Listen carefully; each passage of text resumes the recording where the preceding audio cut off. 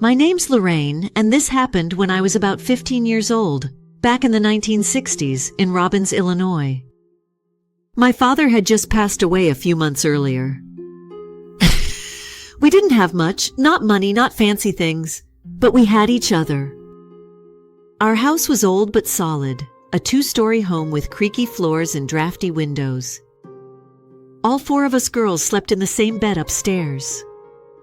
Our little brother Henry, who was 10 at the time, would squeeze in whenever he got scared of the dark. Nights like that were noisy in the quietest way. The old floorboards settling, the wind whistling through the windows, and sometimes the house groaning like it remembered things we'd rather forget.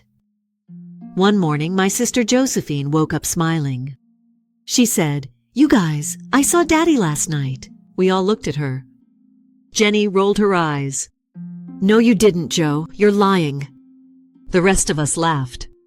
It was easier to laugh than to think about it. But Josephine didn't laugh. She just smiled softly and said, "You'll see." All day she wouldn't let it go. She kept saying she'd seen him standing by the closet watching us sleep. That night, before we turned off the light, she whispered to me, "Just wait, Lorraine. You'll see I'm not lying." Sometime after midnight, I woke up to a noise, faint but familiar. At first, I thought I was dreaming. Then I realized what it was, and my heart dropped. It was the sound my daddy used to make when he walked across the floor. That slow slide, not footsteps exactly, but a soft scraping sound.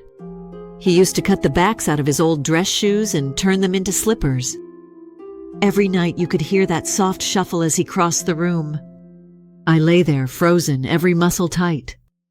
Then Josephine sat up, her voice trembling but excited. "Look!" she said. "No," I whispered, pulling the blanket over my head. But she said it again, louder. "Look, y'all," I heard it then, the faint metallic rattle from the old cabinet by the closet. Daddy used to bump into it every morning when he went for his work clothes. That sound, the way it shook, it was exactly the same. None of us dared look except Josephine. I could feel her sitting up, arm raised, her breathing quick and shaky. Then she whispered, "He's gone." Slowly we sat up. The room was still, except for the quiet hum of the night outside. I turned to her and asked, "You really saw him, Joe? You really saw Daddy?" "I saw him," she said quietly. "But Lorraine, he had a tail. A long one. None of us said anything for a long time. We didn't even scream, just sat there in silence, every part of us too scared to breathe." The next morning, Josephine told Mama what she'd seen. Mama didn't even look up from her ironing. She just said, "Child, you ain't seen nothing. Now go sit down somewhere." That was the end of it, or at least that's what she wanted it to be. But the house, it never felt the same after that night. We started hearing small things. Whispers when the wind wasn't blowing. Shadows that moved even when the lights were steady. Sometimes the cabinet by the closet would rattle on its own, metal shaking like something brushing past it. My daddy never came back.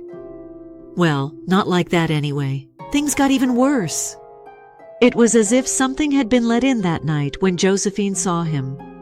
Something pretending to be him. The house is gone now. Torn down years ago. They built new homes on that street. But I still dream about it sometimes. That tiny room with the squeaky bed, the thin blanket, and the sound of dress shoes slowly sliding across the floorboards in the darkness.